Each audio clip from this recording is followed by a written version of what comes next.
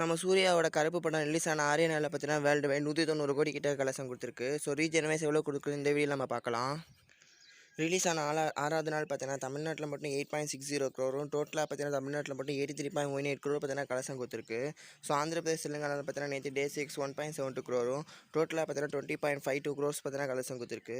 So கர்நாடகாவில் பார்த்தீங்கன்னா நேற்று 82 லேக்ஸும், டோட்டலாக 13.32 க்ரோர்ஸ் பார்த்தீங்கன்னா கலெக்ஷன் கொடுத்துருக்கு. ஸோ கேரளாவில் பார்த்தீங்கன்னா நேற்று 62 லேக்ஸும், ஸோ இன்றைக்கி டோட்டலாக பார்த்தீங்கன்னா 19.46 க்ரோர் கலெக்ஷன் கொடுத்துருக்கு.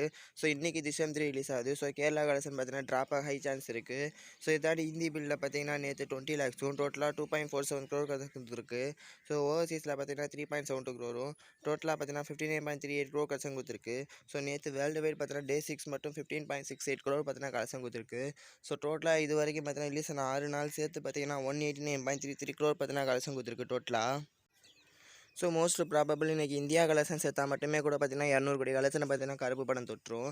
ஸோ இந்த வீக்கெண்ட் முடிகிறக்குள்ளே பார்த்தீங்கன்னா 250 கோடி தொட்டு பார்த்தீங்கன்னா அந்த பெஞ்ச் மார்க்கத்தோடு தான் வெயிட் பண்ணி பார்ப்போம். ஸோ இன்றைக்கி Drishyam 3ன்னு ஒரு பெரிய எக்ஸ்பெக்டேஷன்ஸோட பார்த்தீங்கன்னா மலையாளம் பேன் இந்தியா மூவி பார்த்தீங்கன்னா எல்லா லாங்குவேஜ்லையும் ரிலீஸ் ஆயிருக்கு.